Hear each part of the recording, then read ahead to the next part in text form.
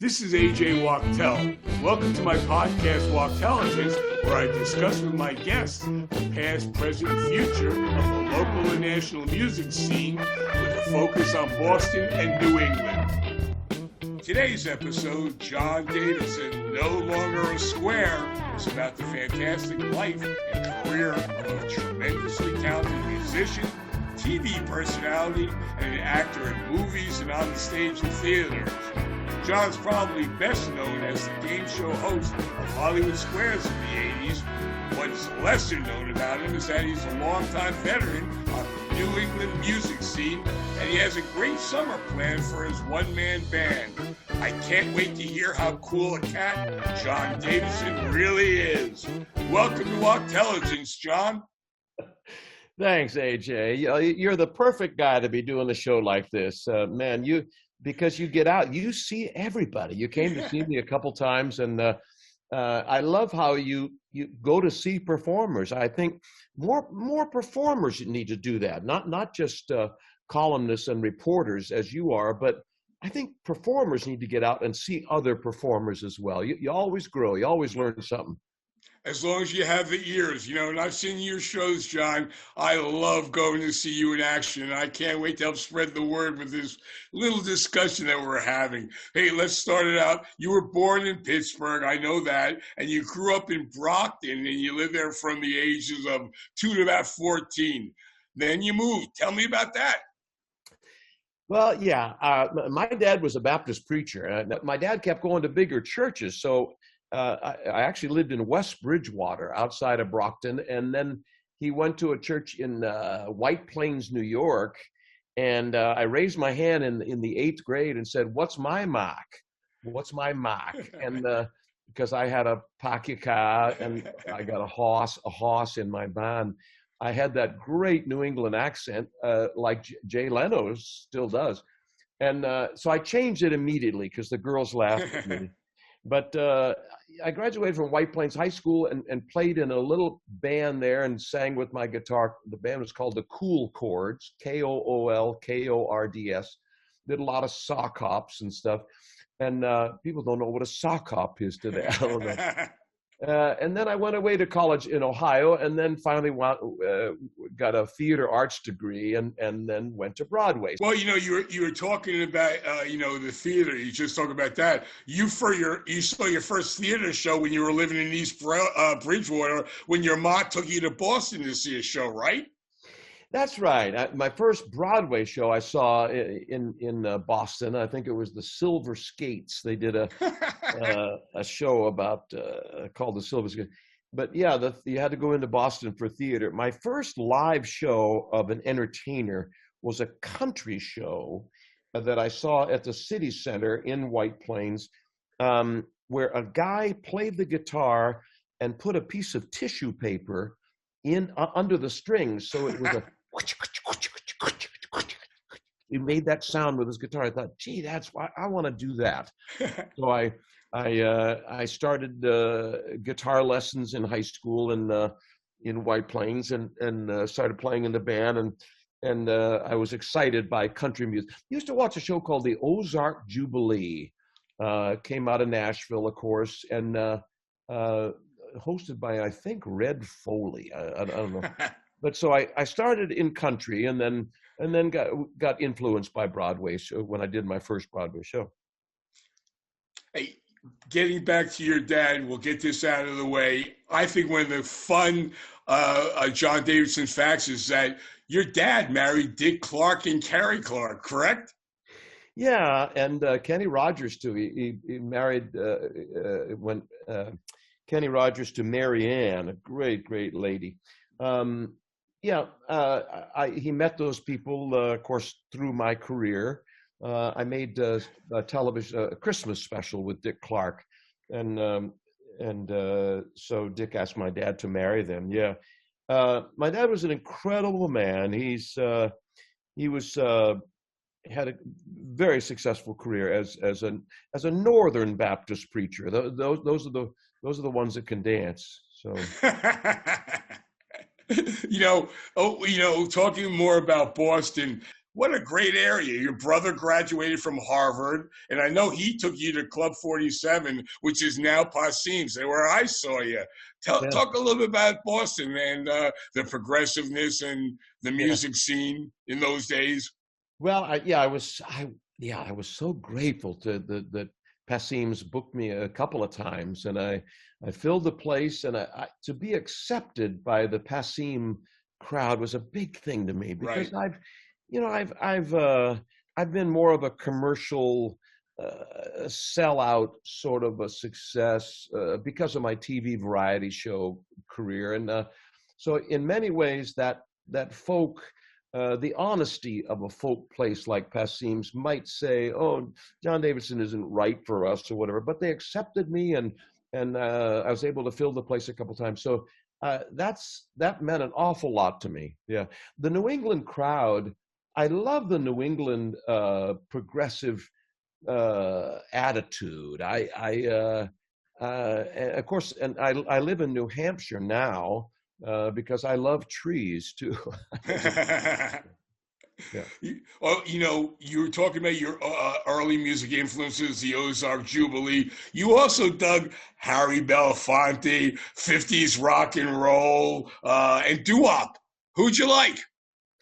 Bow, bow, bow, bow, bow, bow, bow, bow, bow. I like all those groups from the 50s. I think what was happening in the 50s when I was in high school, I graduated in 59, right, was that so many of the black groups were really trendsetters and breakthrough artists, but I don't think they got the credit that they should. So often, I mean, Elvis came along and sang like an R&B artist, like a black artist, and that's how he made it, because he was singing black. So many, I mean, you talk, really, the king of rock and roll is Chuck Berry, and Sam Cooke was so great, and so many of the groups like the Penguins with Earth Angel, and of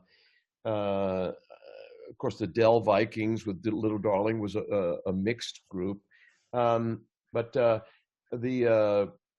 all the Motown groups, the Coasters and the Drifters, and of course they've had great careers. But so often, white artists have capitalized on songs. Even Pat Boone did some R&B stuff, did them his way, his very square way, and that's how he developed an audience. But black artists have been the inspiration for so much music for so long, and I'm not sure they've always gotten the credit that they should. Well, music has always been your passion, and what I love about seeing you play is you play guitar and banjo, but you sing songs in English, French, and Spanish. What's it like singing songs in another language? Me encanta cantar en español. My son is married to a lady from Guadalajara, so my grandchildren are bilingual. They live in Mexico, and I've studied a lot of Spanish. I love Si nos dejan, nos vamos a querer toda la vida. If they let us, it's the Romeo and Juliet story, or Solamente una vez, amen la vida. Only once in your life do you have a true love. In my live show now, I do some Spanish music, and in my club, see, I have a new club I'm developing in Sandwich. I'm sure we'll talk about this later, but it's called Club Sandwich. I thought that's a good idea. And it's in Sandwich, New Hampshire. I have a rear projection screen, and so when I sing in Spanish, I put the English translation on the screen, so it makes it even more powerful. But yeah, I right now I don't have a French song in the show, and my French is not as good as my Spanish.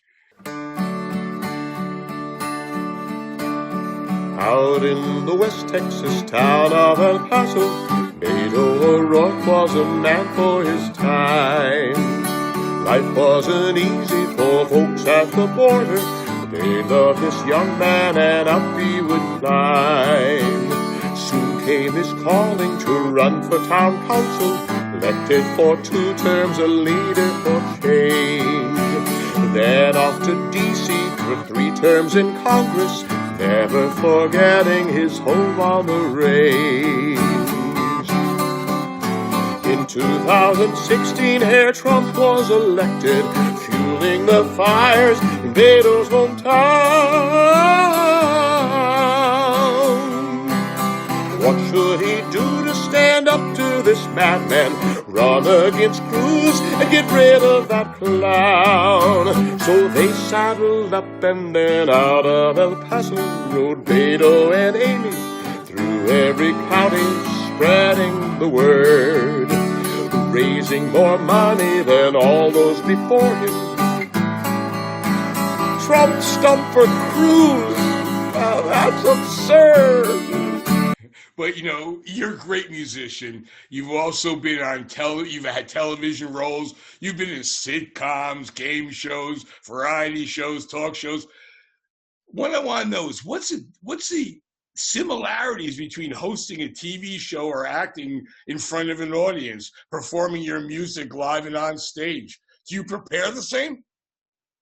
That's interesting. Yeah, what a great question. I think the preparation is different because when I made 2 Walt Disney films, The Happiest Millionaire and The One and Only Genuine Original Family Band, where I had the romantic leads in these. For making a film, it's stop and start. You sit in the movies, they put your name on the back of a canvas chair because you're going to spend a lot of time in that chair waiting for the director to set up the shot. So it's a totally different thing. When you make a movie, you don't really get the flow sense of performing live.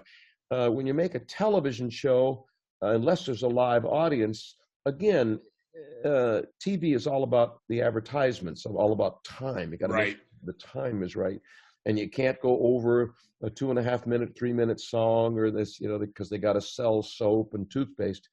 So I love live performing more than TV and film. But of course, what's made me famous is going to television. So you have to have both. But my favorite thing is to perform live. Well, let's talk theater then. Your Broadway debut was with Bert Lahr in Foxy. He was the Cowardly Lion in The Wizard of Oz. What was Bert Lahr like? Well, he taught me another side of actors and performers because he was not a happy man. Bert Lahr was a warrior. I would watch him from side stage, and every night he would try to make things funnier, and was never satisfied that he got as big a laugh as he wanted. And he'd come off stage to say, why didn't that work? And so he was a constant worker, and he was very hard on himself. He was not a happy man that I saw. And so, go ahead. Did he ever tell you any stories about the difficulties he had filming Wizard of Oz? Was that ever brought up? No, he wasn't one to talk about himself like that. It's funny. He wasn't off stage, from what I saw. He didn't have a big ego. He was a journeyman actor who was working at his craft, and he wasn't one to tell showbiz stories like that. The time that I spent with him, he was always talking about the project at hand. He would never do it like a Judy Garland story or that I could see. Right.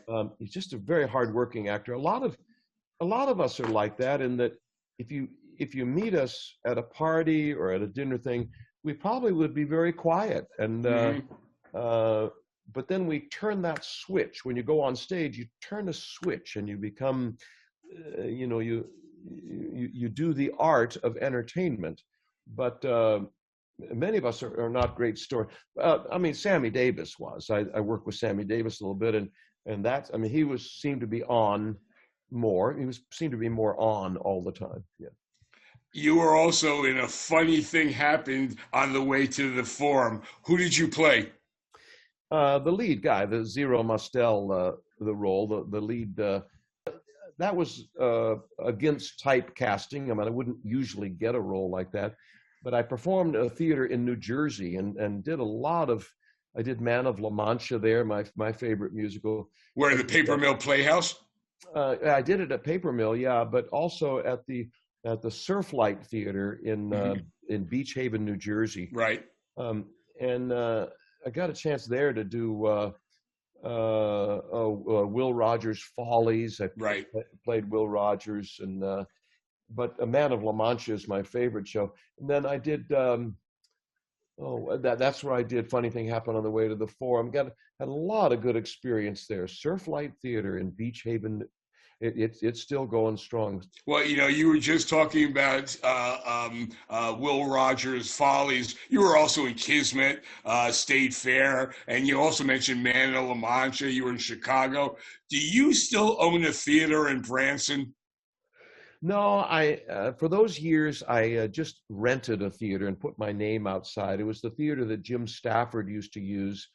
And I think Mo Bandy came into that theater later. Across the street was Roy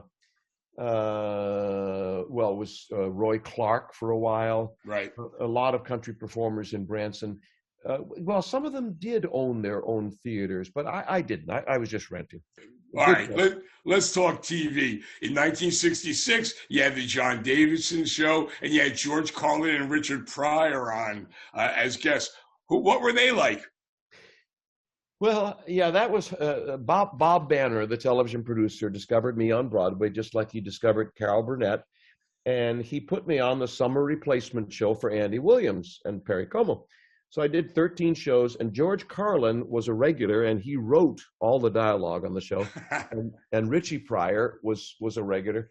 But George and Richie were into the culture of the 60s, and I was kind of in a bubble. I was so clean cut and so I was sort of in another world. I mean, that was a big revelation to me to meet George Carlin, to work with George and with Richie, and but they were smoking something different that I wasn't smoking. You also guest hosted Johnny Carson's show 87 times. What was Johnny like? Well, that started when I was doing an NBC sitcom with Sally Field called "The Girl with Something Extra." I played her husband, and she could read my mind. Imagine if your wife could read your mind. So it was on NBC, and that's how I was introduced to the Tonight Show producers, because I'm sure NBC said to them, "Well, Davidson is on the show with Sally Field, right?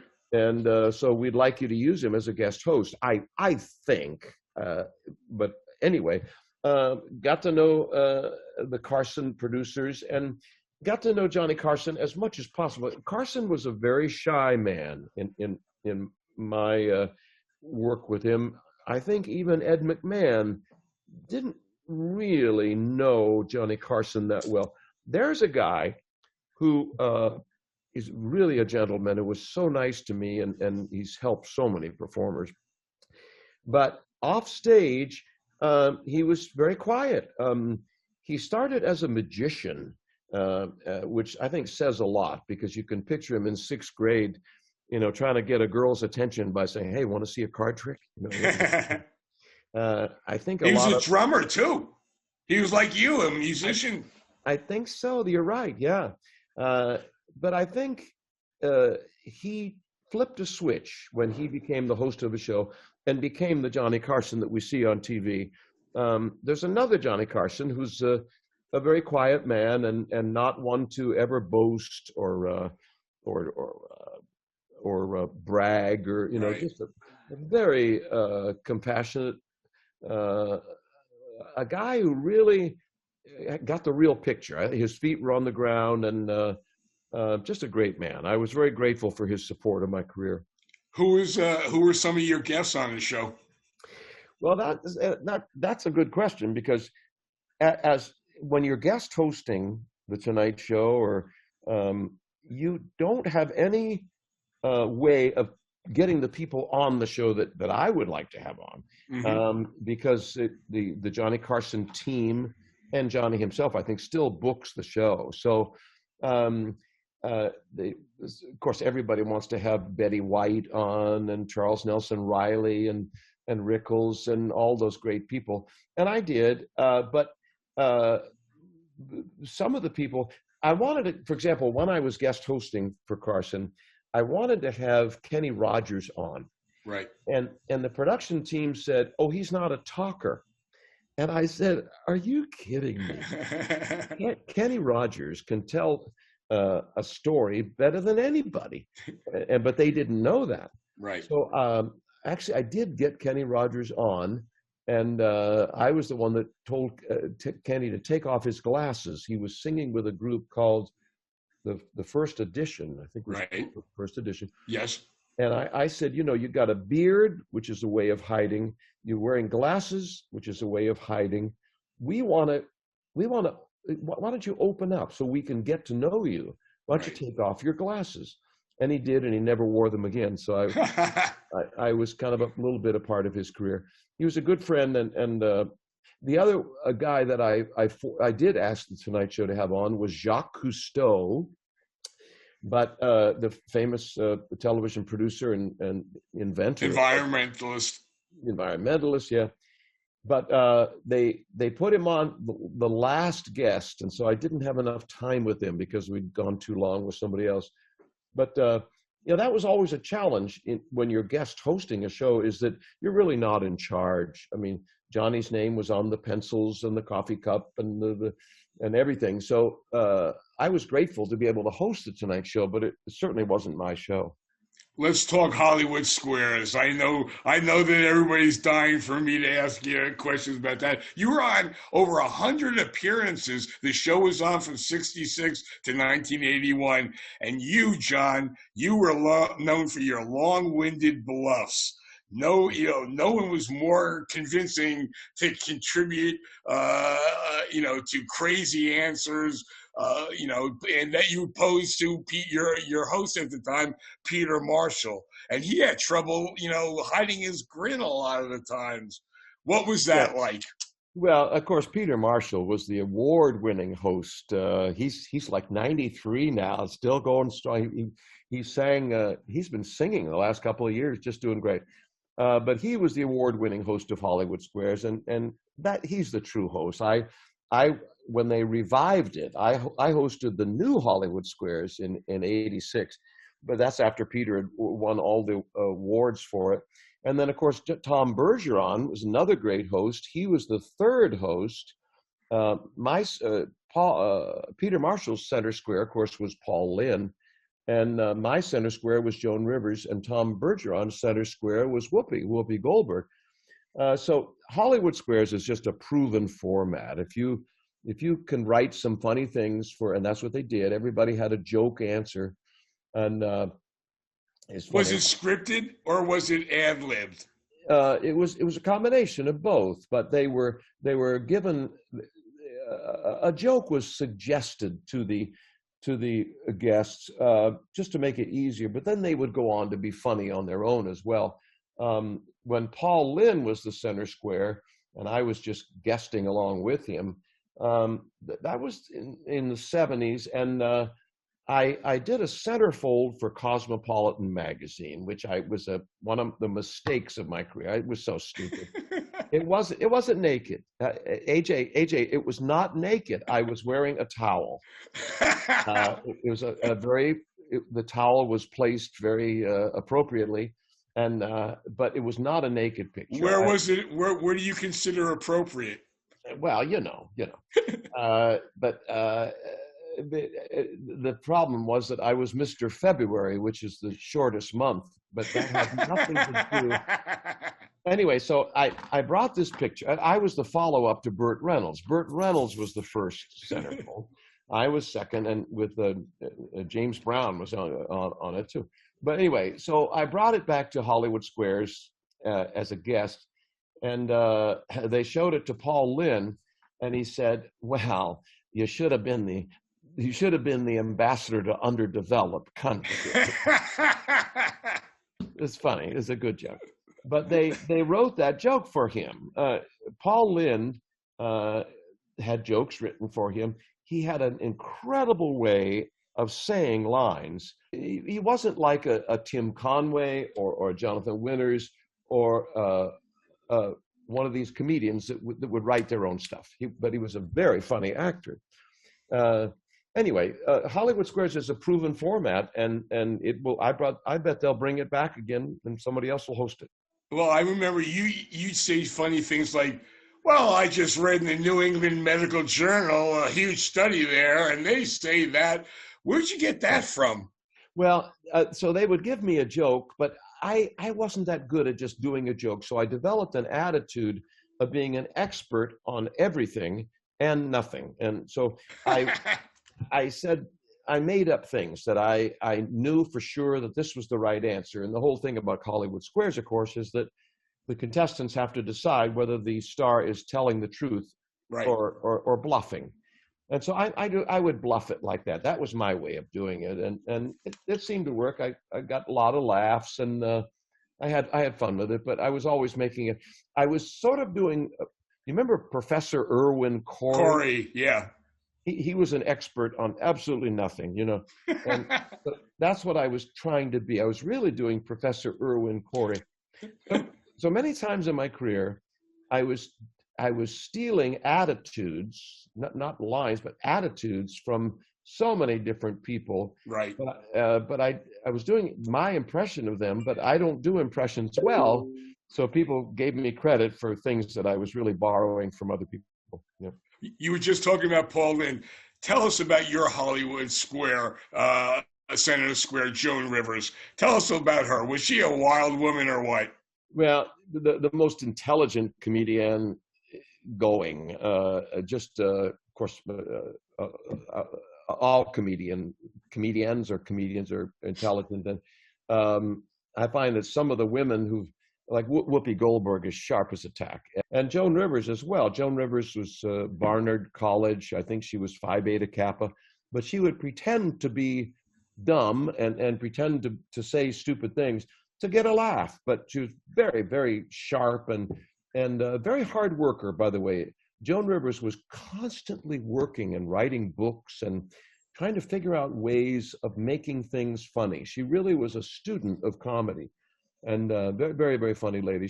We toured together some, and I never missed her show.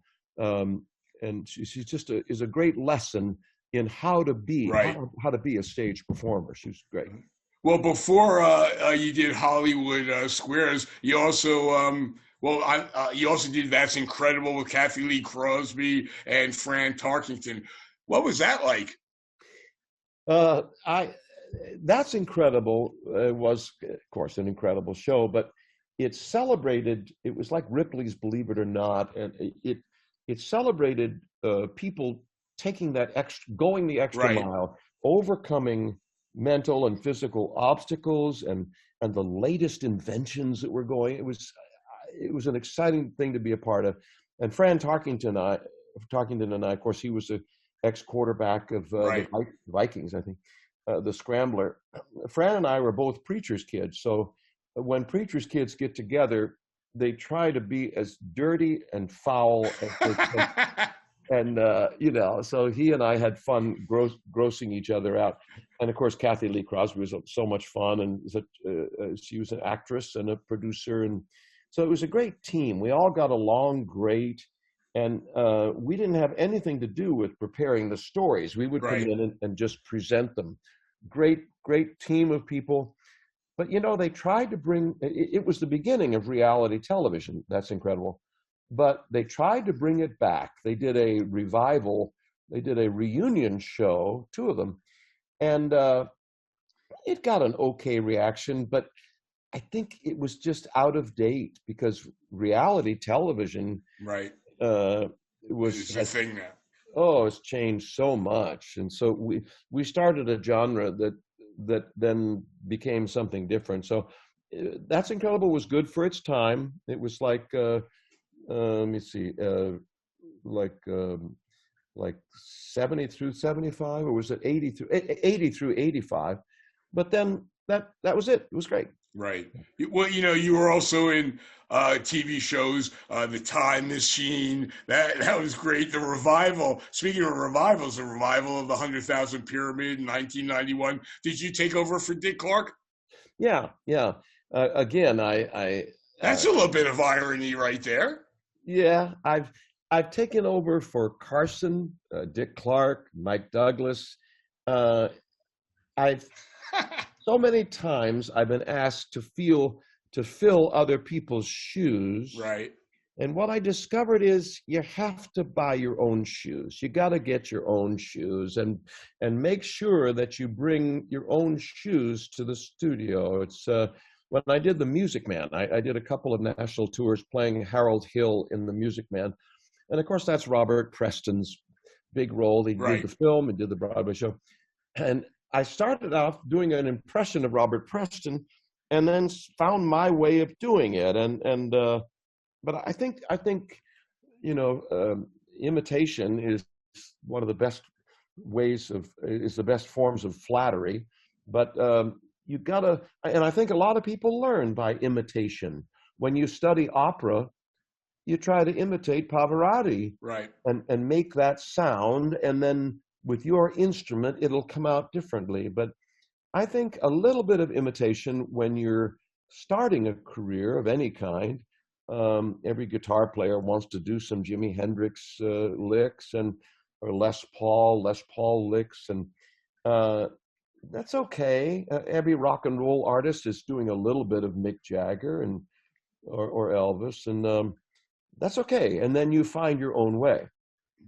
You were also in the Hallmark show The Fantastics in 1964 with Ricardo Montalban. What a great actor! Oh, Ricardo Montalban was in the Fantastics. He played El Gallo, the narrator, and I played the boy. Of course, I was a juvenile, and he was the leading man. I admired him so much. He's gone now. He's just a magnificent, compassionate, intelligent, just a great guy. He was so nice to me, and I thought, gee, I want to be like that. Right. And he also had a roguish quality about him because he was Spanish and had this mystery about him. And of course, his show was Fantasy Island, and when he posted that. I wanted to be like Ricardo Montalban, and I began to realize that I'm just too square to be that. But, that's not true. It is true. It is true. I've had to be careful what I played because people perceive me as being square, and I am square. But when I played Billy Bigelow in Carousel, I did a national tour, and I sang it okay, but I'm no Billy Bigelow. Billy Bigelow is a guy who beats his wife. So I mean, I don't think people perceive John Davidson as being a rogue or a bad guy, so I've had to deal with that. It's been a limitation, but I've had a great career for 55 years and still going. And so I've had to deal with the way I look and act, and to take that into consideration. I think we all do. John, but yes, this is true. But on the other side of the coin is that you were on the Ed Sullivan Show too. Yeah, I did 2 Sullivan shows. At first, I couldn't get on the Sullivan Show because one of the challenges of my career is I've never spent enough time in the recording studio. I made 12 albums, but I've never had a signature tune. So I couldn't get on the Sullivan Show for years. And they finally put me on, but mostly they had hit record people, I followed a dancing bear, which was a big one. I found it hard to get on the Sullivan Show because I didn't have a hit record. Yeah.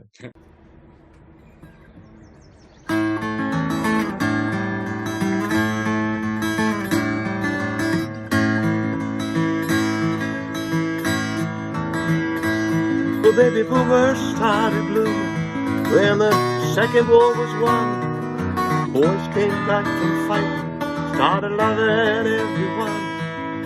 Hop out the generation, yeah, we're the senior class. Now we've come of age, I'd just like to ask, will you be my baby, baby boomer? See, it takes a little longer to make a fine wine. Don't you tell me maybe, let's make it sooner. The fruit is ripe, don't leave it hanging on the vine. Now we're both survivors, we've made it through the cut, made it through the bonus round. Oh, I'll tell you what, we've been more than lucky. Remember when we didn't have a dime? So many years together, we got the rhythm. Let's make it rhyme. Will you be my baby, baby boomer? Takes a little longer, make a fine wine. Don't you tell me maybe, let's make it sooner. Your fruit is ripe, don't leave it hanging on the vine. Before we talk about your music career, let's talk real quickly about your film career. I know you were in The Happiest Millionaire in '67 with Fred McMurray from My Three Sons. Was Fred a nice guy? Such a gentleman, such a nice man. And there's another shy guy. Fred McMurray was nothing like the flubber movies that he made. He was a very shy guy. And I said to him once on the set, I said, how did you get into this business? He said, I have no idea. He said, I was a saxophone player, and somebody said, you know, you could be an actor. And he said, well, I don't know. So he went and auditioned for something and got started. And then, but his way of kind of fumbling around, that's really him. He is a very real guy, feet on the ground. He never liked to do, I asked when I was sitting in for Johnny Carson, I said, would you be one of my guests? And he said, you know, I'm just not comfortable doing talk shows. Very interesting man, Fred McMurray, but he had a great career. But off stage, he was not a theatrical guy. Let's talk your music career. You, like you said before, you've had a bunch of albums out, 12 albums in the 60s and 70s. You had a successful recording artist in the 60s.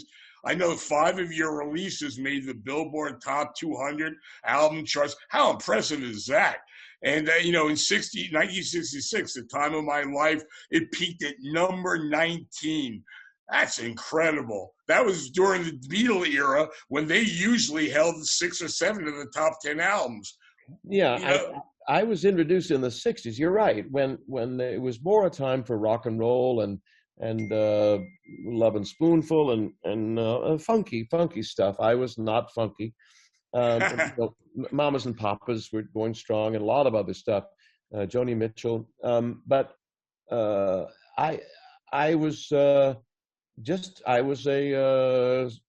straight singer and more like an Andy Williams or John Gary came along. He and I at the same time, or Goulet, who made records, and so I was different. I was this square thing, as I keep coming back to it. I have a lot more fun now in my live show than I did back then, because I've just got into some crazy things that I do now in my live show at Club Sandwich.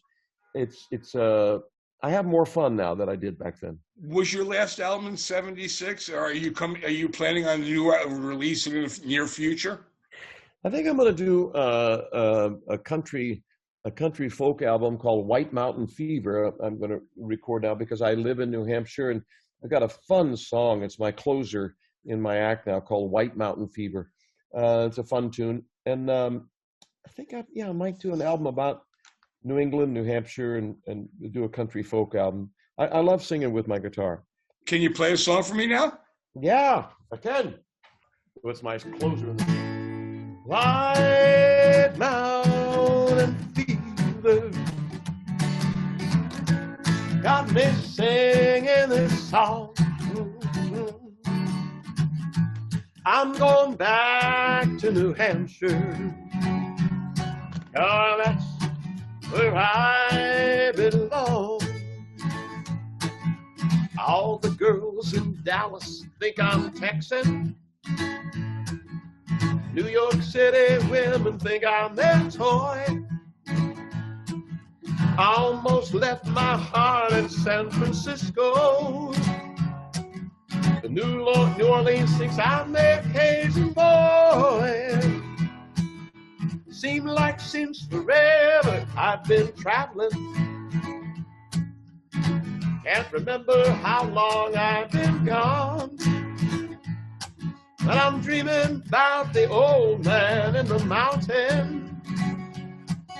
I feel that old-time fever coming on. I got the White Mountain fever. Got me singing this song. It goes like that. It's a great sing-along. It's a Bravo! So, thanks for the private concert. That's great. yeah. Hey, let's talk about your current show. You know, you're a one-man band. I've seen you. Acoustic guitar, you have a drum pedal, and you have on the other foot a female vocalist pedal. And you sing and play guitar and keep time with a tambourine on one foot, and your electric bass drum you trigger through pedal on your other heel. Well, What's the story sometimes, with that? but I don't use all that stuff all the time, but I love being a one-man show. I love singing with my guitar because I can really interpret a song. I can change the tempo. I can stop and go into a joke in the middle of it, or Tell stories. Tell stories in the middle of it. So I consider myself a singer-songwriter, storyteller. I write a lot of stuff, and I wrote I'll just do a little bit of this. I wrote a love song to my wife. You know, I've been married for 38 years, and How cool is that? I still wanna be your Superman.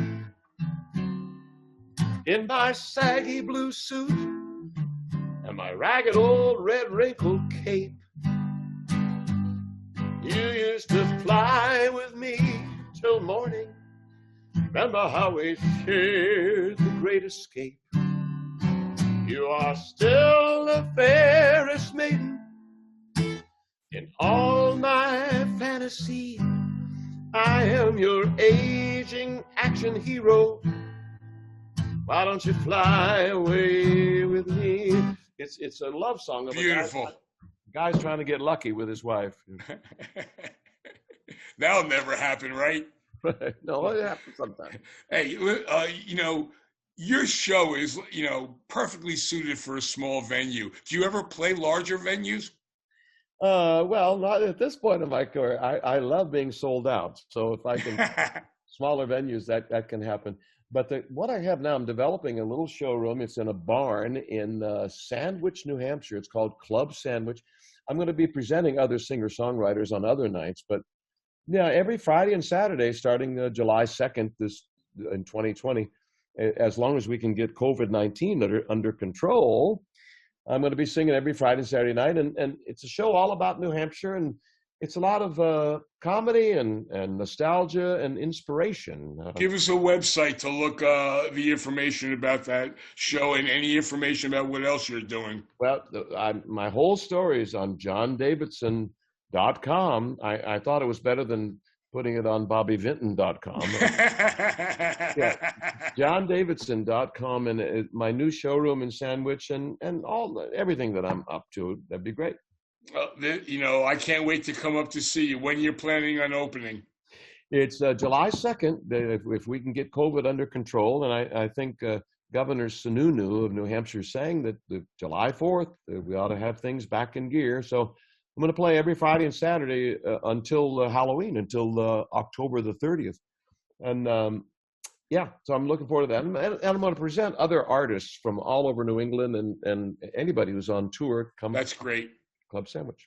You know, and I'm going to tell everybody, I'm going on record, this is going to be my favorite place this summer, and I expect to see everybody out there. Thanks, John, a few years ago, I remember you and I were talking, and you were heading down to the Cape to appear at Ellis Paul's songwriting retreat, but you got stuck on the way down, and you missed it. You told me you wanted to make it back the next year. Ellis Paul's a real talented guy, and he's a great songwriter. And I want to know, did you ever make it down there the next year? And what would your role have been in his songwriting school? Well, I was just going. I was trying to go to the school. I Right. love Ellis Paul. Ellis Paul I've seen many times, and he's a clever guy. Sings great guitar, great storyteller. Great guy. Yeah, just an amazing performer. And I got stuck on the Mass Turnpike, and I got off it twice, and all those other roads were stuck. When there's an accident, everything gets clogged up, and I was so frustrated. I called him and I said, "I'm sorry, I gotta just." At that time, I was living in the Berkshires in Western Mass and trying to get into In Lennox. Yeah. And so I never made it there. I never got to his songwriting seminar weekend. I want to do that again. He's a wonderful teacher and coach, as well as a great performer. He's given a lot back. He's helped a lot of people. And I mean, I was going as a student. I suppose he would have had me speak about songwriting, maybe, Right. and sing a little bit. But it was really just to go study with him. And Vance Gilbert was going to be there. And I love so many of the. By the way, one of my bookings is Cliff Eberhardt is playing Club Sandwich this summer. Just a wonderful New England performer. Anyway, I could give a whole list of performers. But yeah, Ellis Paul is something else. All right. I told you I was going to ask you this again. John, can you please, it's a great story. I just wanted to share with everybody. Can you please tell me the strangest place you've ever been recognized? Yeah, this was, I was doing, I was playing in Will Rogers Follies on the East Coast, and I was driving out to the West Coast to do a production of Will Rogers Follies. And I was going across Oklahoma in my van, and outside of Tulsa, Oklahoma, the engine overheated. I couldn't believe it. It was an older car, and I pull over the side of the road. There was nothing around. There's nothing there. And I look across a field, and now remember, there's no cell phones. I didn't have a cell phone back then, or at least I didn't have one. And I look across this field, and there's a farmhouse. This is a true story. And I climbed through the fence. My car literally just froze up, would not start. Couldn't call anybody. I wanted to use a telephone, so I'm walking across this field. There's a bull, actually a couple of bulls in the pasture, and I'm thinking, oh my God, I could be killed by this bull. And I start to walk a little bit faster, and the bull takes a couple steps toward me. I was able to get away from the bull, get across the fence. I walk up to this farmhouse that is a mess. It has all broken down machinery in front.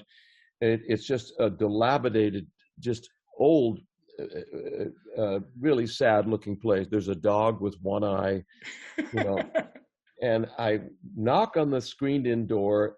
I realize the screen is all busted out, it has holes in the screen. And a lady comes up to the front door, really nice lady. I don't know whether she's listening to your show or not, but she walks up. I said, "Excuse me, my car is, I need to use your phone to call the AAA and get picked up because my engine is stopped." She said, "Did you go through that pasture there? We got a bull in that." I said, "I know." But so, and as I'm talking, she just froze. She said, "Wait a minute, you're John Davidson, aren't you?" And I said, "Are you kidding me? How did you know?" She said, "You see that little TV over there with those rabbit ears? That you come into our house several times a week with your talk show, and that's incredible." And I couldn't believe that I would be recognized here in the middle of nowhere. It's the power of television. It's just such a powerful thing. But so yeah, that was the most unlikely place that I thought I'd ever get recognized. She didn't tell you that the bulls like your show too. Thanks for asking that, Shirley. I forgot that. Yeah. Hey, John, the way I end all of my Wachtelligence podcasts, I ask all of my guests, what was the first show that you ever attended? Well, I mentioned it on your podcast here. This country guy that I saw at the Civic Center in White Plains, New York, this country artist who put a piece of tissue paper underneath his strings so the strings would go play like that. I'll never forget it. So I was very affected by country music back then. That was my first show, and yeah. Okay, well, that's great. And I just want to thank you, John. It's great to see you again. Thank you so much for being on Wachtelligence. Let me just say, AJ, this your podcast, you're so good at that. You're the perfect one to do it, and this is going to be a big success. Congratulations on the new show. Hey, thanks a real lot, John. We'll see you this summer when we come up to your club. Thanks, AJ. Thanks so much for listening to this episode of Wachtelligence. You can connect with me on Facebook at Wachtelligence. Thanks to my producers, my son Harrison and David Schwartz, and Harvey Brooks for my theme song. Don't forget to subscribe. I don't care what you think of me. Don't need no jailer to set me free. Don't want strangers filling up my cup. Don't need no advisor to show me down from up.